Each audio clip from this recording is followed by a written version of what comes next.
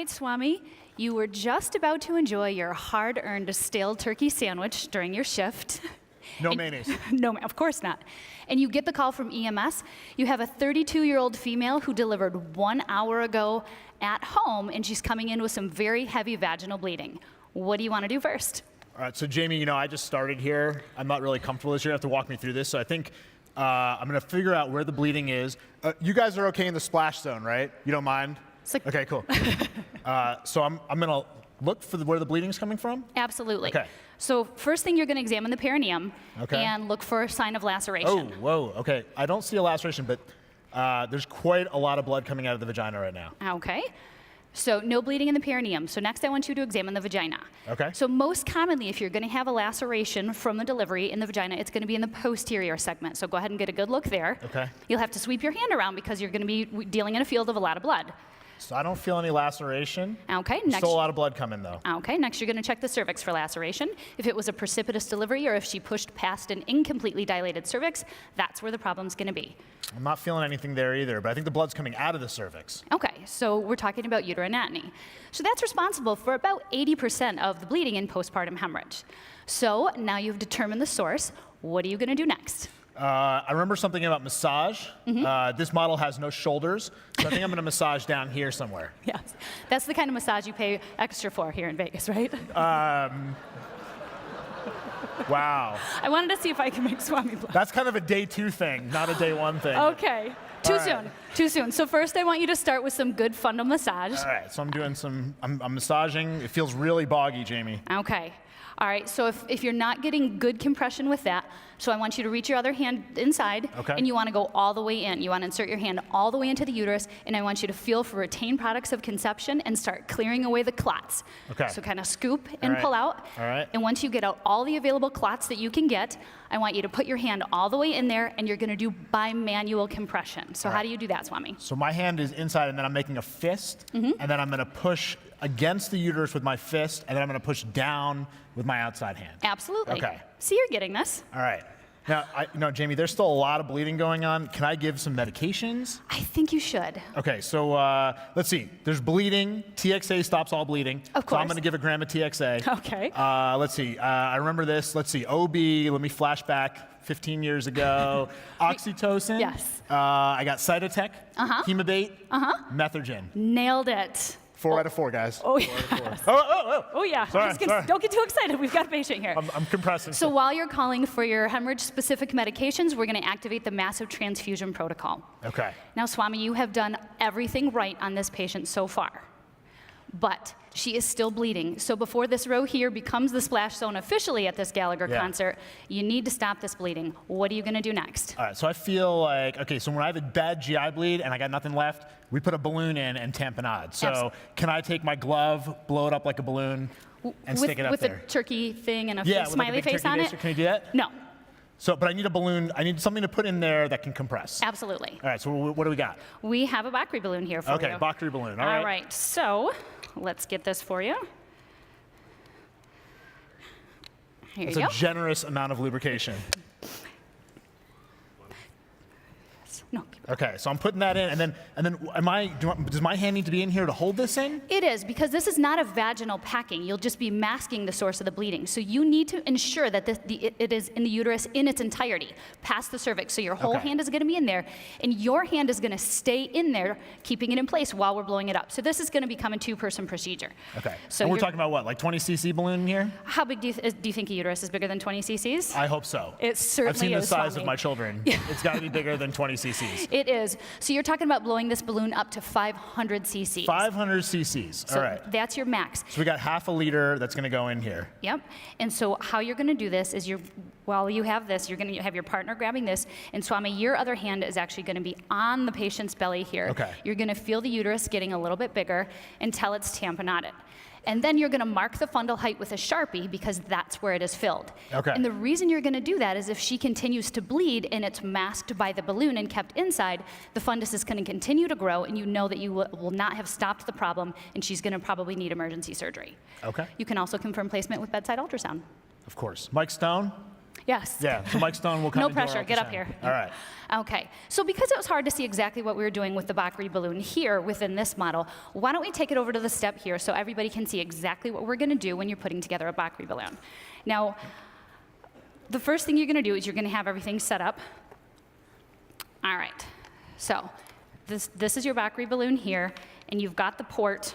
You wanna make sure your stopcock is turned the appropriate way, and then you're gonna start to inflate the balloon after it is inside the uterus and you've confirmed that it is past the cervix. So you're gonna wanna do this. And then you can fill it as many times as you need because you want this balloon to be big enough to tamp on that. When you take your syringe off, make sure you turn the stopcock, otherwise you're gonna end up with a splash show. And then this port that you have here, oops, of course that came off, no worries. This port here is in case there's any bleeding continuing to come out of the vagina. Instead of staying in it, it's supposed to come out here, and that's how you're gonna continue to assess for ongoing bleeding. After you get everything in place, you're gonna get a moistened vaginal packing and put it up there so Swami does not have to keep his hand in the patient for hours continuously. I have lots of med students, we're good. While we wait for OB to come in. All right, Swami, what are you gonna do if you're at a shop that didn't stock a Bakri balloon today? All right, so you know, these Bakri balloons, we don't keep them in my ED, I gotta get them somewhere else. So if I don't have one, I'm guessing that I can put any kind of a balloon on this. And this looks kind of like a Foley. So what if a Foley catheter balloon's not big enough. Right. All right, so what if I attach something to the end of a Foley catheter and place that in and then fill that up? I think that sounds like an excellent idea. Let's give it a try. Now this is why I kept that condom in my wallet since high school. That's why you kept the condom in your wallet. That was the, yeah, I Notice knew there it was a didn't good get a reason. lot of use. Okay, good. So I knew there was a reason to do that. Did she just call me out for not having ever used the condom? I missed it. No, well this you isn't know me. recorded, is it? Shh. Okay. So the first thing you're gonna do is you're gonna blow up the Foley balloon with water, not air. Now, I've had people ask me, is the condom necessary? And just like any question in Vegas, when you're wondering about that, is the condom necessary? The answer is going to be yes. Okay, so you need to blow up the balloon first because now you have something, there's no appropriate way to say this, stiff to put the condom on. It's a good thing the show is in Vegas. Just so you guys know, the evening show is different than the day show. Please tip your waitresses. Okay, so roll the condom down. Okay, now you want to tie it on, so this is some O suture. You're gonna tie it on very tightly so it doesn't leak anywhere outside of the condom, but not so tight that you're actually occluding the tube so you can fill this up. Okay, so we'll give it a So Jamie, one of the keys here too is this cervix is gonna be big and open. I mean, a baby just came out of it. Yes. So I can put that balloon up, I'm not gonna cause any trauma. Absolutely, as long as you don't put something bigger than a baby in there, I think you'll be all right. Okay, check. Although I guess if they are bleeding enough, maybe you could just put the baby back in? Yeah, I mean, wasn't that the cure for all things prepartum is to deliver the baby? So Yes. now it's postpartum, put the baby back in. Undeliver the baby. Okay.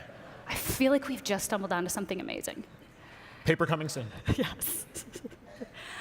Okay, so you've got that on tight, and now